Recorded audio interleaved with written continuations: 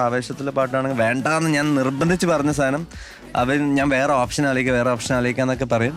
എന്നിട്ട് ലാസ്റ്റ് അതിന് ഇലുമിനാറ്റിക്ക് വേണ്ടി അത്രയും വാദിച്ചിട്ടാണ് വിനായകൻ നേടിയെടുത്തത്. വേണ്ടെന്ന് വെച്ച വാക്കാണ്. അതെ, ഇലുമിനാറ്റി വേണ്ട എന്ന് തന്നെ ഒരുപാട് വാശി പിടിച്ചതാണ്. അപ്പോൾ ലാസ്റ്റ് വിനായക് പറഞ്ഞത് ഇനി, അതായത് 3-4 ദിവസം കഴിഞ്ഞു, ഇനി ഞാൻ നിങ്ങൾക്ക് അതിൻ്റെ അപ്പുറത്തേക്ക് അത് മാറ്റിയിട്ട് ഏത് വാക്ക് പറഞ്ഞാലും നിങ്ങൾക്ക് വർക്കാവില്ല.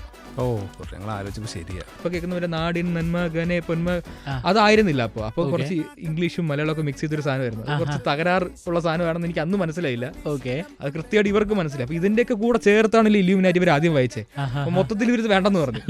ഞാൻ പറഞ്ഞു ബാക്കി ലൈൻസൊക്കെ മാറ്റാം, ആദ്യത്തെ ലൈൻസൊക്കെ മാറ്റി ഇലുമിനാറ്റി ഒന്ന് ഇവര് വേറെ എന്തെങ്കിലും ഹുക്ക് എഴുതുന്നൊക്കെ എന്നോട് പറഞ്ഞു. ഞാൻ പിന്നെ ആദ്യത്തെ ലൈൻസൊക്കെ ഒന്ന് മാറ്റി മലയാളമാക്കി.